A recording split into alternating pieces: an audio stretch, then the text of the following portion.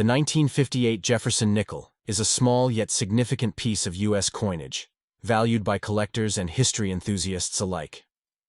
Part of the long-running Jefferson nickel series, which began in 1938 and continues to this day, the 1958 coin bears a design that honors Thomas Jefferson, the third President of the United States. While the 1958 Jefferson nickel might not be the rarest or most valuable coin, it carries historical importance and holds some interesting numismatic aspects. In this essay, we will delve into the history, design, minting details, and unique facts that make the 1958 Jefferson nickel noteworthy. The Jefferson nickel was introduced in 1938, replacing the Buffalo nickel, which had been minted since 1913. The U.S. Mint held a design competition for the new nickel coin.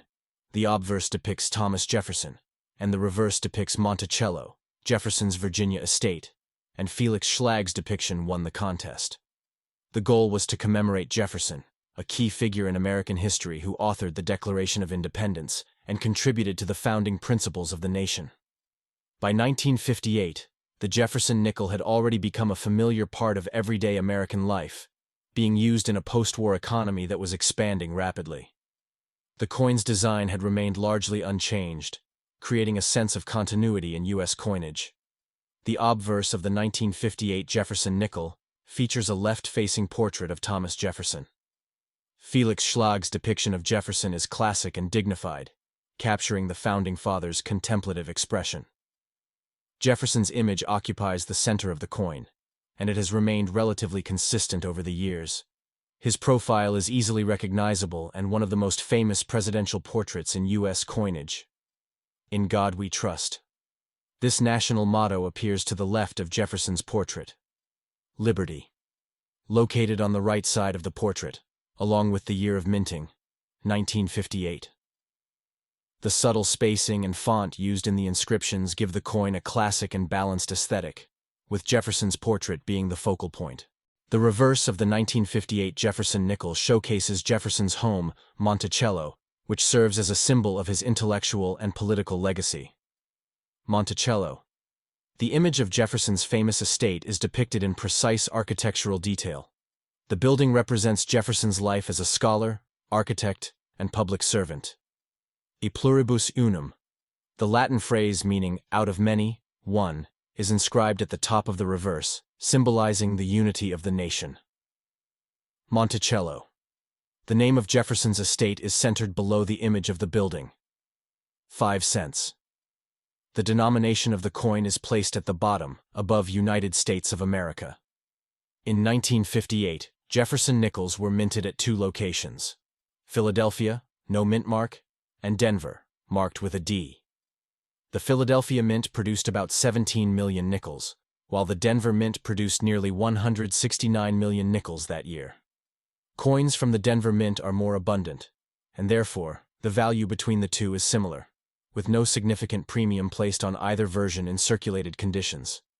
Despite being minted in large quantities, the 1958 Jefferson nickel is still collectible, particularly in higher grades. Uncirculated examples with full steps, sharp detail in the steps of Monticello, can command higher prices.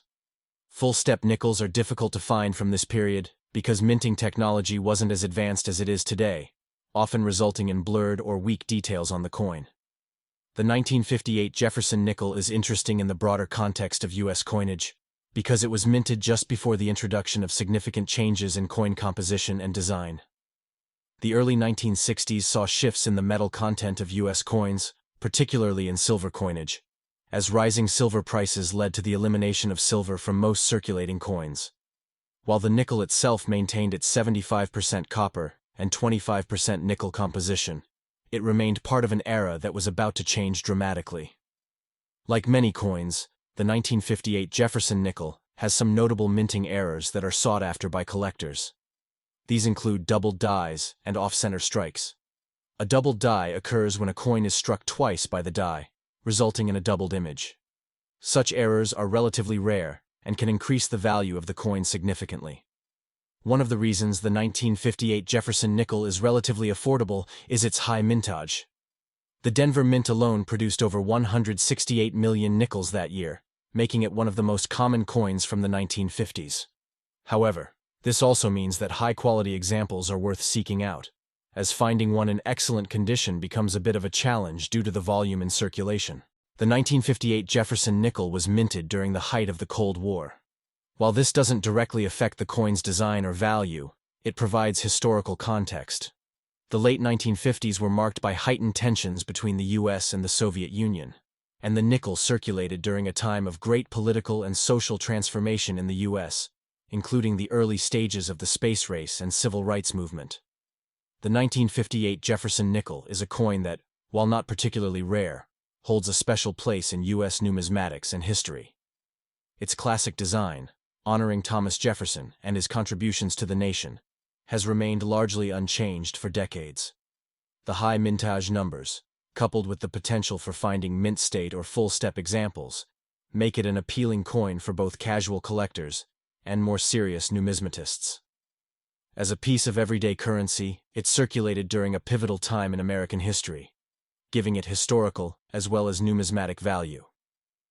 According to our reliable source, a Jefferson nickel from 1958 in circulated condition is worth between 10 cents and 20 cents.